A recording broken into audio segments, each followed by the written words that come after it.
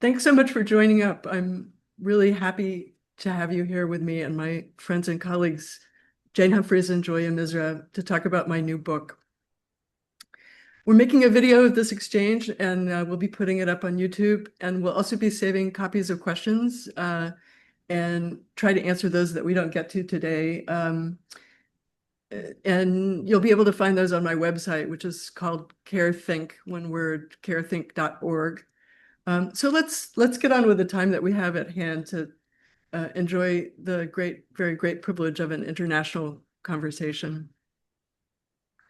I feel really honored to be part of what I see as a kind of global surge of attention to the value of care provision, and I see it as a part of a larger movement of resistance to both neoliberal capitalist priorities and also right-wing patriarchal retrenchment.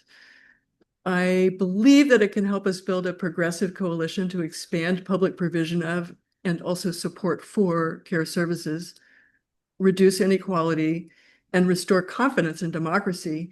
These may not be our final goals, but I think they are necessary steps in the right direction.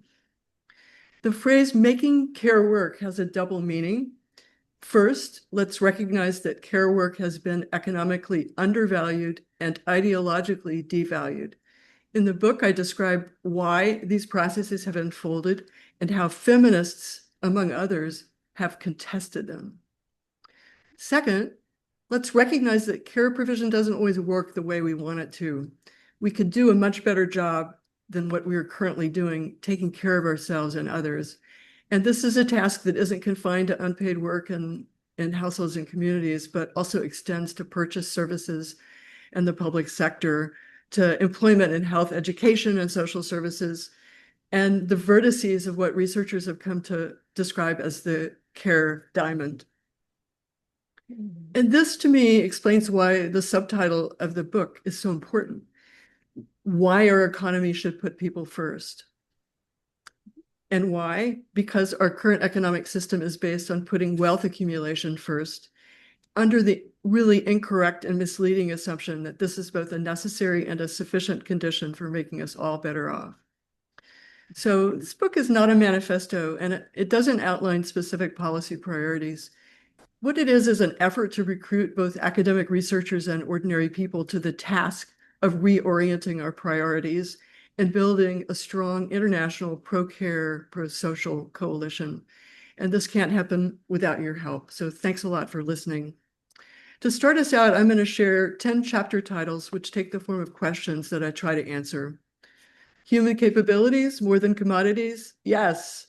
Defining the gainful, who are workers? Pretty much all of us. Time use surveys, what were you doing? Let's look beyond doing to responsibility for being on call for those who need help. Domestic product, what is our output? Our own well-being and the well-being of others. Living standards, who's better off? Don't ignore the value of unpaid work. Valuing people, what's your life worth? Way, way more than economists think. The care diamond, who provides? Almost everyone, almost everywhere. Household and community care, will it endure? Only if we make it endure. Care services for sale, good enough? Not without a lot of strong democratic oversight. Public social spending, waste, or investment? Duh, investment. So there you have it. And I now turn the floor over to Jane Humphries. Well, I'm very happy to be here. Thank you very much for inviting me, Nancy. Making Care Work is a wonderful book. It argues emphatically that care is work, that this work has been unrecognized, unrewarded, unrepresented, and unfairly distributed. And that it's not merely a contributor, but essential to both economic growth and, more importantly, to well-being. Nancy Folbre, as a leading feminist economist, has been making these arguments for some time. But in Making Care Work, she builds on her own and others' work to extend and develop these claims. And the world is catching up. International agencies, politicians, community groups, even academic economists are waking up to the importance of care, particularly hitherto unacknowledged, unpaid care. Behind this new concern is, of course, a worrying care gap in many countries in the global north. As populations age, life, though perhaps not robust life, is extended in many countries. Married women and mothers enter the labor force and work for long and unsteady hours, leaving them less time to cook, clean, and care. And right-wing political parties campaign against the immigration that bridged the labor gap in the poorly paid and undervalued commercialized elder and childcare sectors. In the modern UK, 1 in 10 people currently provide unpaid care, work which in the aggregate is valued at, and Nancy's book will explain exactly why this valuation is a gross underestimate, £185 billion. Unpaid workers save the country £185 billion, about the same as a second National Health Services budget. So making care work is important and timely, but things change very quickly. Here in the UK, during the COVID pandemic, we all engaged in public demonstrations of support and admiration for our carers, banging pots and clapping hands. But cleaning staff in hospitals gain no longer-term benefits. And in a world where old alliances are crumbling and war is being waged even at the gates of Europe, defense spending acquires a new imperative. Rewarding care might have to take a financial backseat in the face of threats to national security. These concerns underpin my questions to Nancy and to all of us. One of the particularly important messages of making care work, and in fact of all of Nancy's research, is that care does not just benefit the recipient, but generates wider benefits since it increases human capabilities, which can advance progress for all. Much effort has then been devoted to imputing value to the immediate product and then extending that imputation to the wider externalities that benefit society. I do some of this crunching of numbers myself. But at the same time, Nancy argues that the value of care lies not in its instrumental importance alone. It also has intrinsic value for both givers and receivers. And indeed, anybody who's worked on care soon begins to question the accuracy of economistic measures of well-being. Or, as she describes it, a system based on putting wealth accumulation first, on the incorrect assumption that this is both a necessary and a sufficient condition for making us all better off. So how do we balance, maybe even integrate these two objectives that seem to me sometimes in tension? How do we use economic tools and concepts to make the case for the importance of care, but then go on to question whether an economic frame can capture human well-being? My second question refers to the changing context and content of care. I've just been reading another excellent book, Gender Equality in Turbulent Times, edited by Jill Rubery, Valeria Insolosoto, and Nuria Sanchez-Mayra, which explores how successive crises in the global north, from the financial crisis through austerity to the COVID-19 pandemic, have shaped trends in gender equality, including trends in paid and unpaid work and care. This book made me wonder if increased turbulence, and now we have the Ukraine war and the Middle East crisis, if this increased turbulence makes it harder to campaign to make care work, while at the same time pushing families and communities to rely more on unpaid care work. My third question is rather self-indulgent, since it originates in my own interests as an economic historian of working people.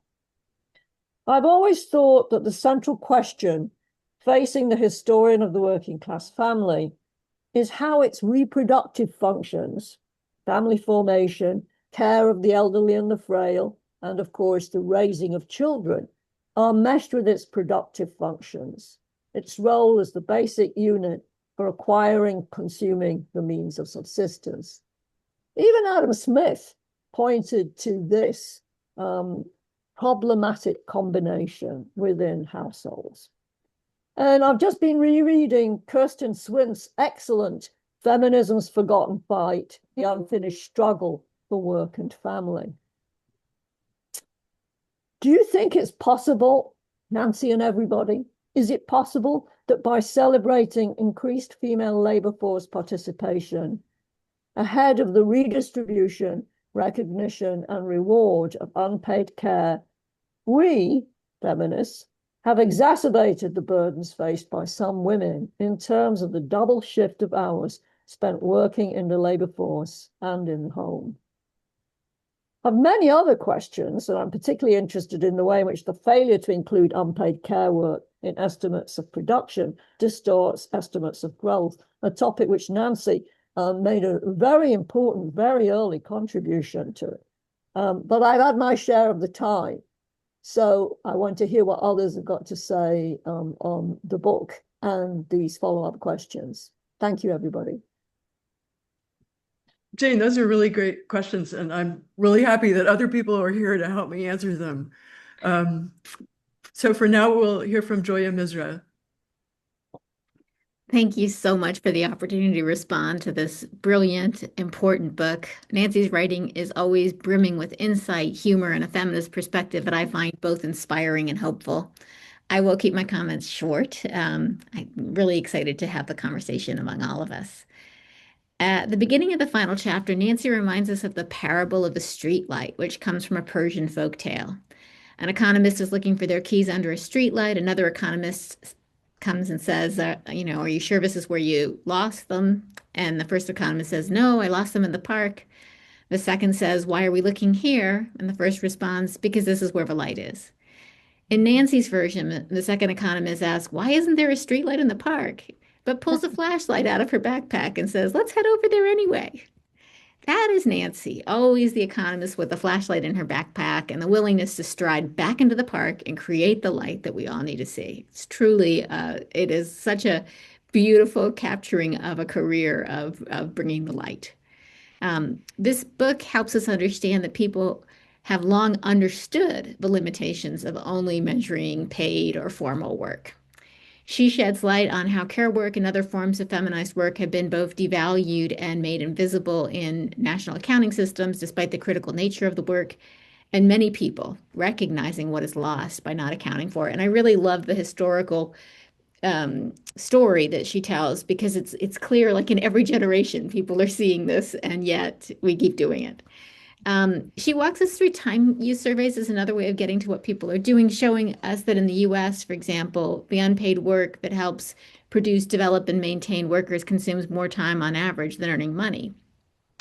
But strategies to more effectively measure all work, including the enormous contributions of care work to the economy, have largely not been taken up or not widely reported or relied upon for economic policymaking, leaving most people focused on the truly narrow measure of the GDP. Economists and sociologists like me all too often remain under the streetlight rather than taking out their flashlights. Since my work thinks a lot about care across European, East Asian, and North American cases, I found her discussion of the care diamond, how care is divided between households, the state, private firms, and communities, particularly evocative. As she notes in her historical analysis, in 1964, the Hungarian sociologist Alexander Szalai started collecting time use data across countries, capturing both paid and unpaid work. And importantly, he found that while women were spending much more time on paid work in Eastern Europe, that time was not swapped with unpaid work time. Men continued to have more leisure. Women were engaged in that double or second shift. So that's also coming back to, one of the questions that Jane raised. As I look across the countries that I study, I think about what it would mean for our economic accounting systems to include unpaid work and a broader vision of care work as well as our leisure. The welfare state requires future workers or the system falls apart. But in most countries, as she notes, we've fallen below replacement levels and in some countries very far below replacement. So we have a greatly aging population, very few young people. And if young people are not actually there to take jobs and to pay into the system, then we really have a kind of a crisis on our hands. Given the growth of anti-immigrant sentiment across the globe, right? So we've, like in the United States, we've often relied on immigrants to kind of keep replenishing our labor supply. This means that pension systems and other forms of social safety nets may soon fail. Might valuing care help reduce the chance of this potential future? You know, the safety nets have clearly been reduced, but if they fail entirely, it will really be a different world. And so I really want to throw out this question to everyone here, like how do we get ourselves out of this? Um, One question for Nancy. She explains care provision as the production, development, and maintenance of human capabilities, an indispensable but costly process that extends beyond biological reproduction to include what some refer to as social reproduction or social provisioning. But I noticed that throughout the book, she's not really engaging more with these theories of social reproduction. And I think that her emphasis on a feminist ethic of care may be the key to the difference between really kind of emphasizing care provision and emphasizing social reproduction. But I'd like to hear her riff on this more. I'm just wondering if I'm misinterpreting how she's thinking about this. Overall, I'm just really grateful to have had another opportunity to learn from my wise, thoughtful friend and colleague. I'm really excited to hear from everybody here today. Thank you. Oh, thank you so much, Joya. I really appreciate your comments. And I just want to acknowledge to all the participants that I feel like sociologists have kind of been the cutting edge of the care paradigm. And if there's one recommendation I have for economists, it's that they pay more attention to the other social sciences and trying to build an interdisciplinary framework.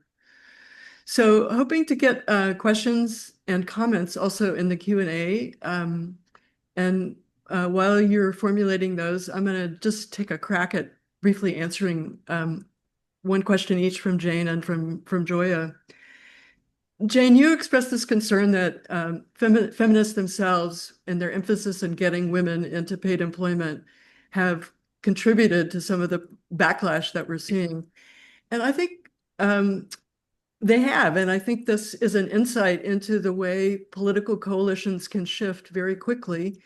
And liberal feminism, to me, has been characterized by an almost exclusive focus on gender equality without thinking about other dimensions of race and class and citizenship that are also really important to women as men. And as a result, people have come to identify feminism with this liberal variant. In my view, there's always been another more vibrant stream of feminist thinking that was sometimes called socialist feminism or social feminism, and today is maybe sometimes called intersectional feminism. And I think understanding the ways in which these conflicting social identities interact is really crucial to forming a broad progressive coalition. And this is not an easy task. It's especially not an easy task in an age of militarism and war. But I still think that it's a really important insight that feminist theory needs to really grasp firmly the question of conflicting identities and interests and think more about what we have in common. And I think, as Joya was suggesting and talking about the care ethic, I think that that is, to me, a somewhat unifying um, uh, focus. Not that I'm sure that it will override all of our differences, but I think it speaks to our commonalities in a way that could serve us well. So in answer to that bigger question, will value and care help? I think it will. And I think we can't be thinking of it and purely in dollar terms. I think we have a lot of measures of social well-being that we can rely on that include things like healthy life expectancy, mental health, levels of drug addiction, levels of crime. And there's actually a really big social science literature that explores the social costs that we are enduring and in fact creating through the economic activities that we're currently engaging in. And so I think that too is a really important part of our task to come to a stronger consensus about alternative measures of well-being that we can use to really forcefully explain why it's in all of our interests to invest more time and energy and effort and money into care provision. Okay, I'm looking for questions. And you can address questions to Jane and Joya as well as myself, and I hope you will let me off the hook a little.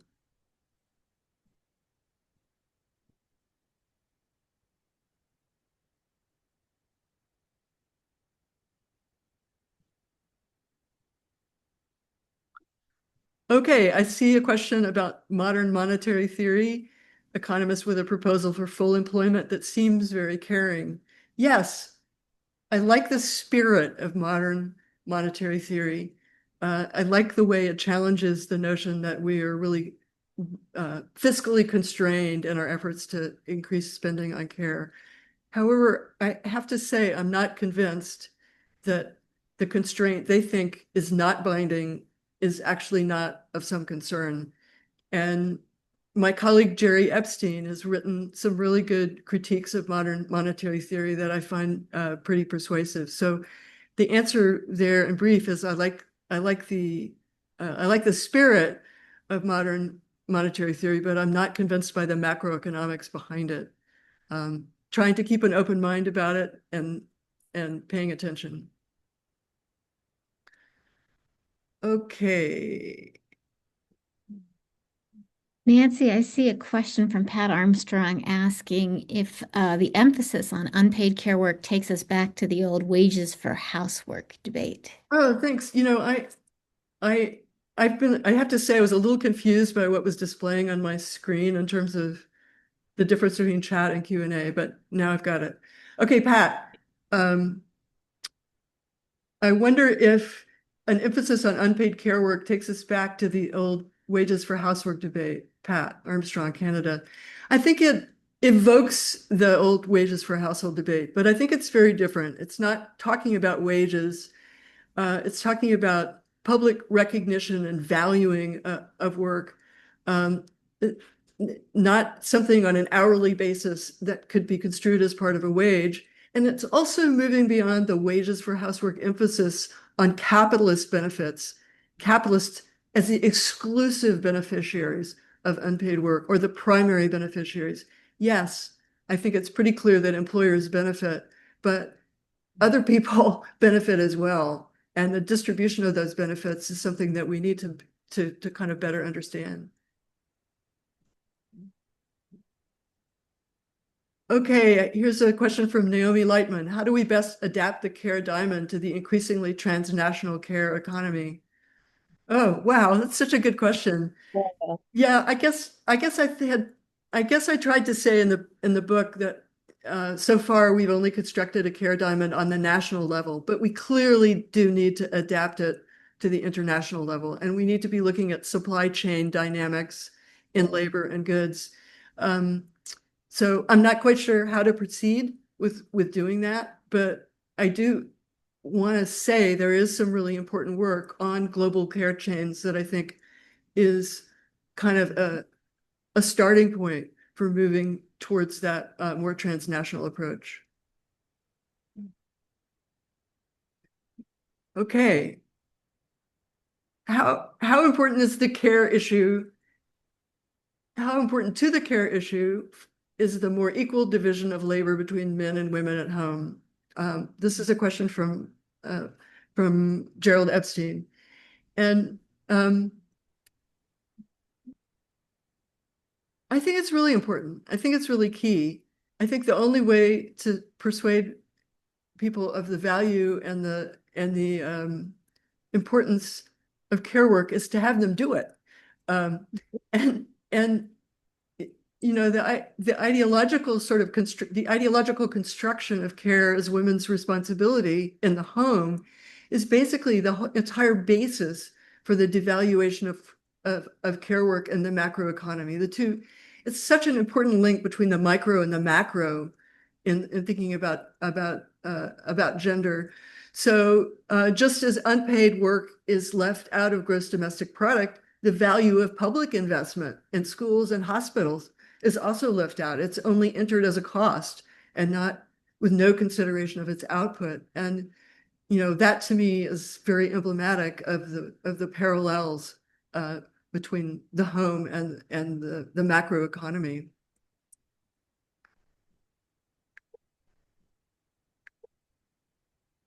Okay, does somebody else want to take Ariana's question just because? Nancy, can I come in response to Jerry Epstein's Oh question? yeah, please. Yeah. I've just been looking at some diaries written by a farmer and nonconformist minister in northeast Lancashire in 1720s and 30s. And he reports in his diary, it's not really a spiritual odyssey or anything like that. It's basically about his farm activities.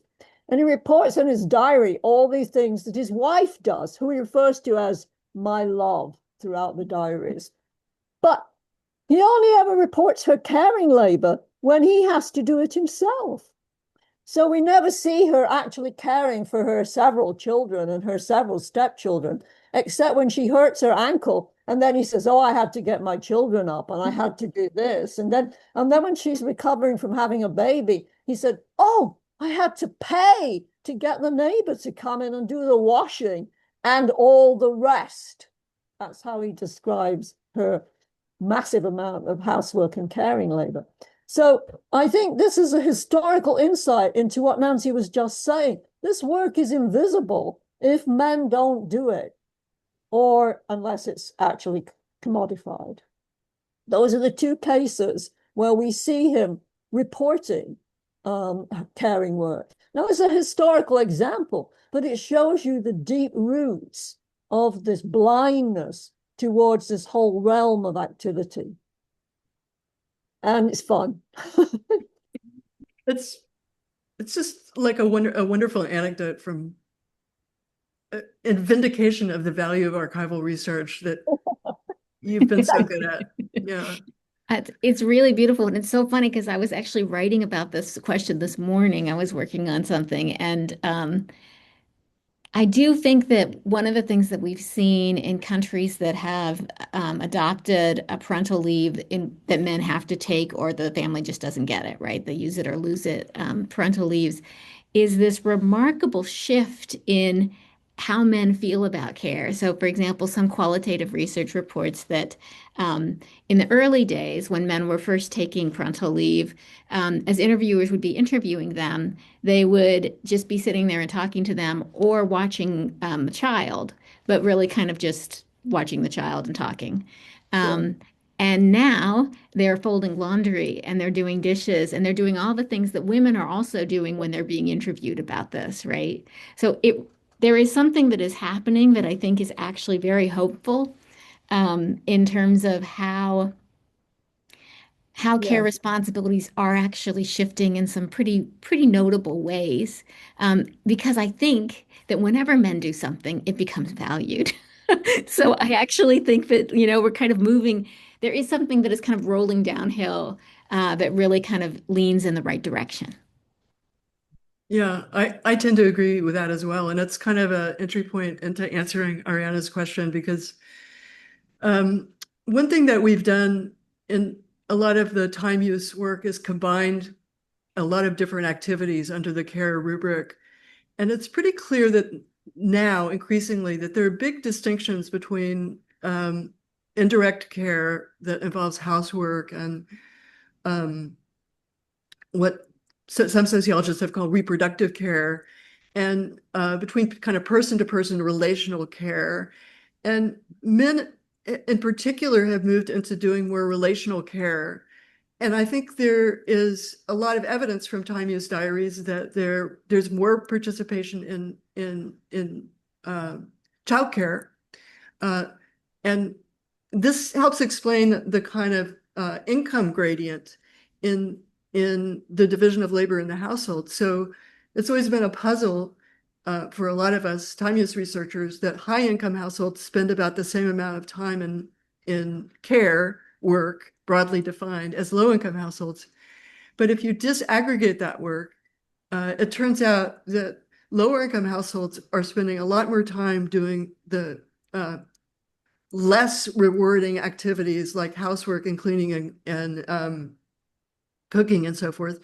And higher income households are spending more time on these other activities of care with children. It's kind of a, in that list of household tasks, it's kind of the one that has the most personal satisfaction and also is more meaningful because it's building those family relationships in a good way. And I think that I just think that's a really important area for time research to head towards more examination of those differences in types of work. Yeah, and I would say also in response to Ariane, I think I really love Evelyn Nakano-Glenn's book, Forced to Care, because it Yes. really captures historically like how how much care has not been something that we can all feel like we're able to do.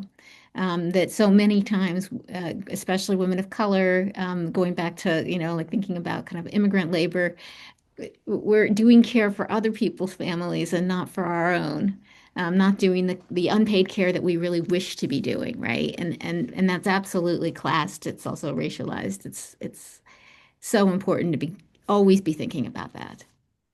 Yeah, I really agree. I think Evelyn Nakano-Glenn is more than perhaps any other writer on care has really called attention to the complexity of these race and class uh, and related kind of vectors of difference and social inequality. And I think that it's really, to me, really promising that feminist theorists are moving more in that broader direction. Okay, Jocelyn Alcott asks, thinking about the care diamond, I'm wondering if you can talk more about the role states play, particularly since they're proving to be pretty unreliable partners these days. That's very politely stated. The state has sort of become our enemy in the current regime in a lot of countries. And I think this really relates to pretty fundamental questions about the perversion of democracy and also the power of the right-wing coalition that's really capitalized on class and race and gender differences in a way that's packaged them and kind of turned them into a very strong nationalist identity that really supports a militaristic strategy. This comes back to what Jane was asking about or commenting on about the salience of the warfare state. And I'm not sure that I have anything to add to this particular debate. I think the only thing that I can add is that it sort of speaks to the importance of understanding how coalitions are able to form and seize control of the state and how we can improve democratic norms and also democratic rules in order to avert that in the future. Whether we can do that or not, I don't know, but I think that's pretty clear that's what we need to do. I don't know if Joya or Jane, do you want to add anything in there? I know it's really tough. Again, as an economic historian, I see all kinds of examples in historical development of when women's work, particularly unpaid work in the home, actually replaces or anticipates state activity. So, before piped water is provided in the vast majority of working class homes, Yeah. women are the argument is, oh, we have this very high infant mortality because these women are filthy and sluttish and lazy and they don't do enough housework. So you can actually see, and then of course, there's the way in which the state responds is, oh, we need to educate. It's cheaper to, have these paternalistic patriarchal interventions than it is to actually develop the relevant infrastructure and clear some of the slums. So this gives you, a very clear set of illustrations of how women's unpaid work actually can replace state initiatives. But it can only do it up to a point when, you know, you really need, I mean, you really need those slums cleared. You really need that piped water. So I think a historical perspective really here, you know, illustrates this point acutely. And of course, it's reoccurs in the modern world in very many acute ways. Again, I want to be hopeful in that I So good do, at that. right? Like we have seen some of the most remarkable cases to me are like Germany and the East Asian cases where we've seen the state actually provide substantially more support for care and really shift away from the traditional kind of male breadwinner framework in which care is just completely disregarded and not valued at all, I think. And it, it's not successful. It hasn't been entirely successful yet. But I do feel like the fact that I do think that without children, without the next generations, the state completely will fail. And so I think that this is putting a little bit of pressure on some states, not all states, and certainly not the state that I am living with it right now. Yes. Okay. Andrea Schell asks, I'm interested in hearing more on the making invisible. Seeing them would help resolve the problem, but missing for much of the conversation is the making invisible. You know, maybe the visibility thing is a kind of a misleading word, because I think it's always been seen, but it's been seen as a moral obligation rather than a productive contribution worthy of support, and taken for granted in much the same way that kind of unpriced natural resources have been taken for granted. That is, if you think you get it for free, then it can't have very much value. And so to me, I mean, this intellectual history is how I got interested. I mean, this is what drew me into this topic of care provision, is happening upon a late 19th century debate about women not being counted in the US Census as being occupied. And an early feminist group, the Association for the Advancement of Women, wrote a letter to Congress protesting this and saying, how dare you ignore our efforts? And of course, it was ignored. And the whole issue was ignored for years and years. But then it crops up again after women get the right to vote in the US, and a women's bureau is established. And it starts to fund time use surveys.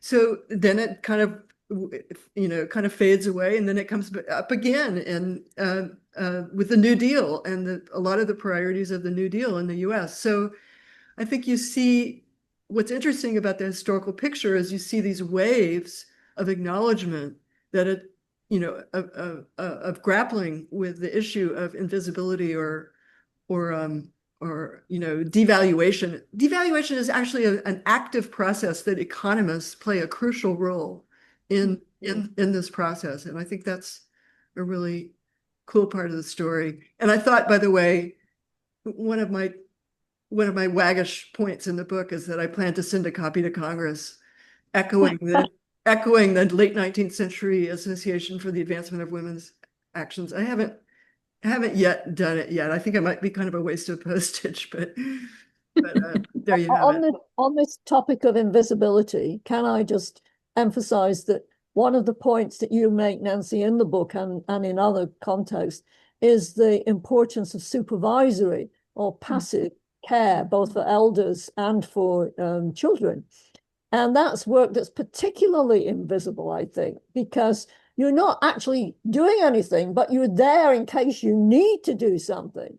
Yeah. And if I can bore you all by going back to my farmer and nonconformist minister up there in Northeast Lancashire, you know, his diary again, he never talks about supervisory care. We never actually see his wife, my love, doing the supervisory care. But she goes off to bury her mother, who's died somewhere else, and she's gone for about a week on this task. And During this time period, the little baby, who presumably he's now in charge of, the toddler, falls over and cuts her head. And he has to take the child off to get its head, bandaged up by the neighbor because, so from that fragment, you read into that he wasn't doing the supervisory care. He had no idea about that. He had no concept of the fact that he was, in fact, responsible for that child, and he should have been looking out for it. So I think that's a form, and it's hugely onerous. I mean, anybody who's looked after old people or looked after children knows that this is part of childcare and elder care that is actually very extensive and completely invisible, not really very well counted in time use studies at all. And Nancy's hammered away on that point for some time. So much so that whenever I see a nail, that's what I hit it with. Ah. Let's see.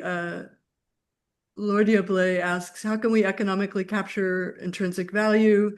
I don't think we can economically capture it. I think we need to democratically discuss it and decide how we want to reward it or not. And I think, this is the gist of my critique of the way in which economists value human lives. They do it in very arbitrary ways that have to do with individual preferences for risk and what people are willing to pay to be in a safer job, et cetera, et cetera. And people always ask, well, what's the alternative? Well, the alternative is for us to have a democratic deliberation of what we think is fair reward for the intrinsic features of care work. And I think it points in the direction of political strategies like a universal basic income or a universal basic income for caregivers, certainly. And I guess what I'm saying is it's a political choice rather than an economic kind of formula. You two can weigh in. There are so many questions. I feel like you have to keep just going. Okay, I will. I didn't realize that the Q&A was going to be this linear stream of questions, but so I'm only seeing the questions are queued up, and I'm just trying to go through the queue. So Abe Groswitz asks, capitalism focuses highly on the extrinsic motivations of punishments, et cetera, et cetera. In speaking to intrinsic motivation of meaning, purpose, and belonging, what place does commoning and communalizing have in this work? What role does collective decision-making and reflexive dialogue have? I think it has a really important role to play, and I feel a lot of affinity with research on the commons and on commoning, and also with the intersection with ecological economics, which tends to put more emphasis as well on those aspects of it. I feel like we need to devote more attention to think more about the kinds of skills and norms that are required to make commoning and cooperation work. And that one of our handicaps is that we've been operating in a competitive environment for so long. We're so inured to it that it's not as though we can just say, oh, let's be more cooperative, or let's develop more cooperative institutions. We really have to do some serious thinking about what's required to make collective efforts and commoning practices really work. Yes. Yes. Okay. Anybody else want to weigh in? There are quite a lot of questions in the chat box as well. And somebody is asking about AI, which might be quite interesting to take up. Because, of course, there are commentators who think that AI is going to obliterate a whole lot of caring labor, particularly, because you can keep track of people through AI and so on. So my comments about the supervisory care, may, if we have appropriate AI, if my poor old farmer had had AI, his little daughter wouldn't have tumbled and crashed her head on the stone floor or whatever happened. Yeah. So I don't know what you two think about AI, but of course there are also critics who say that it's particularly Nancy, you emphasize the relational aspects of care. So this AI is not conducive to relational benefits there. Okay, I'm having a little technical problem here. I plugged my computer in, but apparently it's not the the cord is not working. But somebody's gonna fix that for me. And I'm sorry for the distraction. Yeah, it's just not it's not charging the computer. So maybe it just needs to be turned on, or maybe it's not working. Okay. Uh AI, okay. Joya, maybe AI. sociology. Okay, I think we don't really know what's going to happen. Everybody says that, but I think it's really true. It could have some positive effects in that in some ways it's definitely has the potential to enhance some care jobs. The best example that I've heard is how it's empowered physician assistants who used to be restricted from participation in the medical practice in part because they didn't have the diagnostic skills necessary to refer to somebody with more training. And now diagnosticians rely very heavily on AI. And so physician assistants have more space in our medical system to be gateways to more skilled medical professionals. And it's created kind of a new intermediate group within the medical care system that I think is probably, a positive change. But it's also true that AI is almost certainly going to reduce the demand for labor in ways that are going to reduce the bargaining power of workers, which are going to is a problem that's going to be spilling over to almost everybody in the economy as a whole. And I'm very concerned that if the technical aspects of care provision, the medical supervision, for instance, are taken over by AI, then that will reduce the bargaining power of those who are providing auxiliary functions. But it could flip the other way. I think what we call AI is still evolving and morphing into something kind of unpredictable, but we really need to be on our guard in assessing what its effects are going to be for very obvious reasons, I think. Okay. So yes, it's charging. Thanks. Yay. Okay. Sam Bowles asks, is care work underpaid compared to comparable work in all countries and situations, e.g. when done by men, when done by native born, et cetera? Has any country managed to pay care work well? Yeah, this is a really great question, and it bears on Joya's empirical work as well as my own. And in the US, there's considerable evidence that working in a care occupation or in a care industry leads to a care penalty, controlling for demographic characteristics, including gender. So in some ways, men are more liable to a care penalty even than women are because their opportunities outside the care sector at the top of the earnings distribution are very, very high. In general, care work is more compressed with less difference between the top and the bottom. So the fact that women are in that or concentrated in that industry makes them particularly vulnerable to the care penalty, but men working in care occupations and jobs are actually paying a greater individual penalty because their fallback position is so much higher. And in conjunction with Naomi Lightman, Leela Gautam and I have been looking at care penalties in several European countries and trying to see to what extent that pattern holds there. And it does seem to hold there. This work hasn't been published yet, but we're really excited about it moving forward. And what else can I say about this?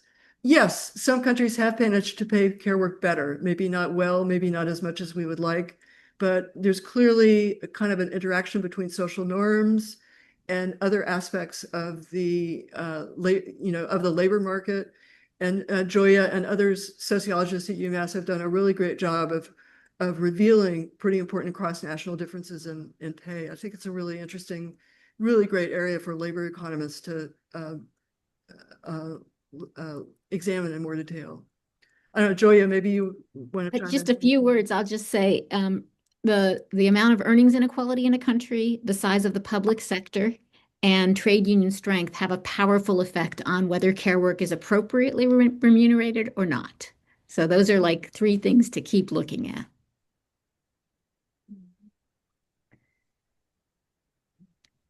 All right.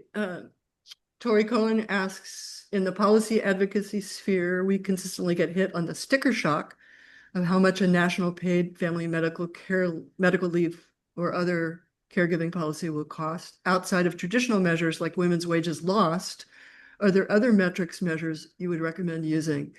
Thank you. This is a great question, and it's one I started thinking about through largely because of the game-changing policy project that my colleagues Gerald Epstein and Bob Poland organized.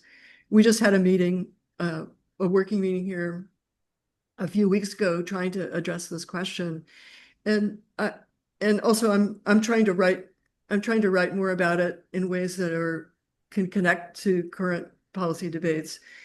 And my basic answer is that I think we need to point to improvements in social and economic well-being, like life expectancy and other kind of dimensions of social cost, including mental health and drug addiction and crime. And I'm really, really fascinated by differences that public health researchers have pointed to between blue states and red states in the US. It turns out that blue states, in general, defined as states that have been pretty consistently governed by Democrats with Democratic legislatures, et cetera, compared to Republican states governed by Republicans and Republican-dominated legislatures. Not only are there pretty significant differences in life expectancy between those two sets of states, but the difference between them has been growing steadily over time. And the public health research links this to a whole variety of measures that have to do with adopting Affordable Care Act subsidies, with extending Medicaid eligibility, and even things like the speed limit in a state turn out to have pretty significant impacts on mortality. And I mean, this is a question we should start asking. Would you rather live in a state where housing is a little cheaper, or live in a state where you're going to live 3 or 4 years longer? I think most people would consider, would have, okay, I guess this depends on how they're discounting the future, I would say, an economist. Yes. Okay, but I think that really publicizing the dimensions of economic success other than dollars in terms of human capabilities is something that we can use effectively in the policy advocacy sphere.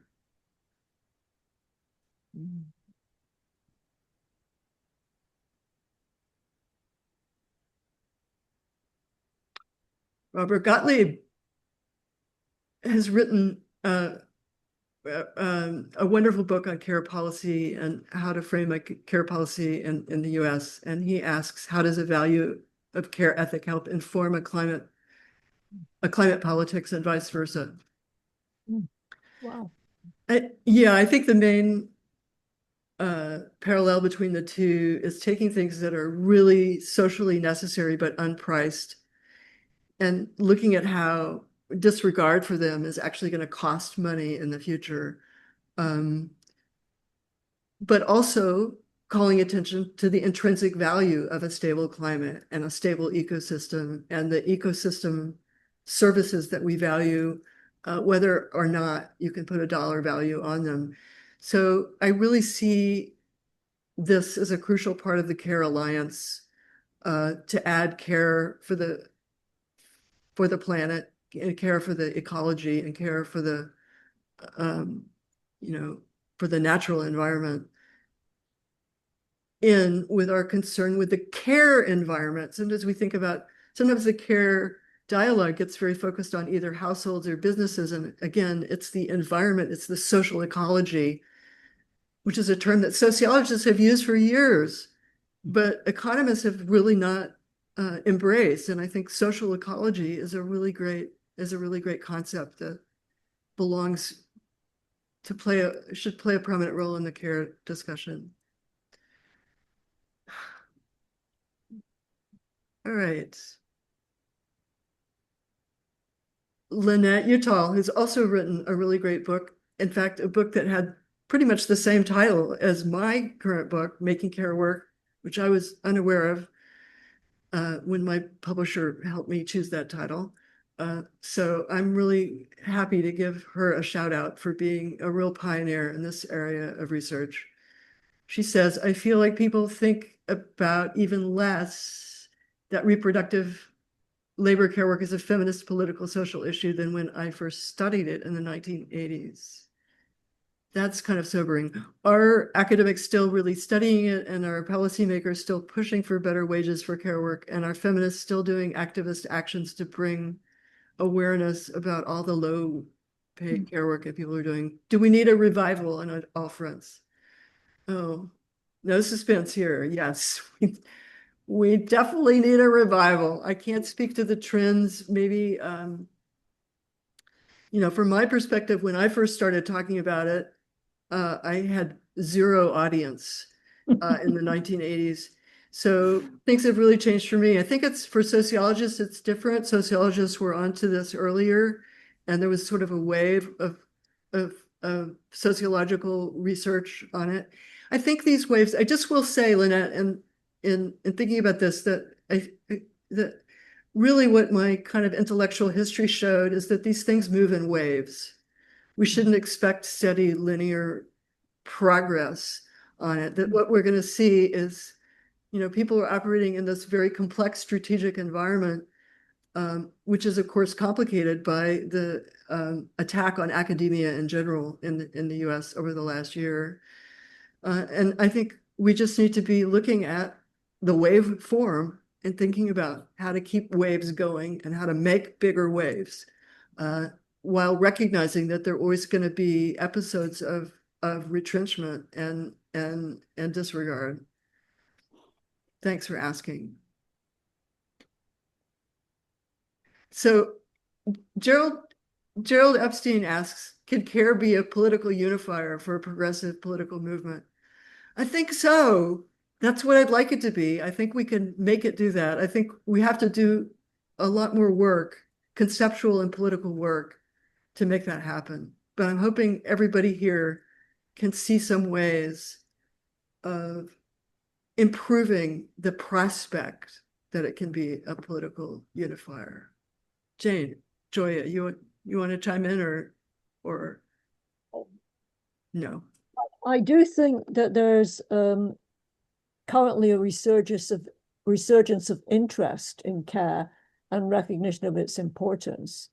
That's what I tried to preface some of my remarks about. I mean, from my perspective, here in the UK, there has been a lot more interest from quarters that you wouldn't expect. I mean, Nancy and I both contributed to an edition of the Oxford Review of Economic Policy, which is focused on care. So I think there's an interest in areas where outside, feminist political economy, in areas where we wouldn't perhaps have expected. And I don't know if this is a kind of a wave that's coming out of the COVID pandemic, with a bit of retrenchment in between, or what. But I think I agree with you, Nancy, that there's no long run build up of interest in the topic, but that this, for one reason or another, there is now a current set of suggestions that this is going to become an issue. And we can also link questions around care to all those many other questions, to the ecology question, with climate change, to globalization and the chains that link the global north to the south. So I think there's all kinds of possibilities for building alliances. I'm an optimist, though.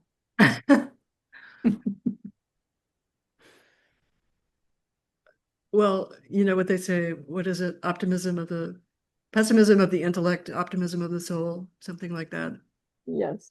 I think this is a good place to call it quits. I want to thank everybody for really great participation and really good discussion. And I will, as I mentioned before, I'm going to take all the unanswered questions in the Q&A and actually write out some responses to them and post them on my website, which is carethink.org.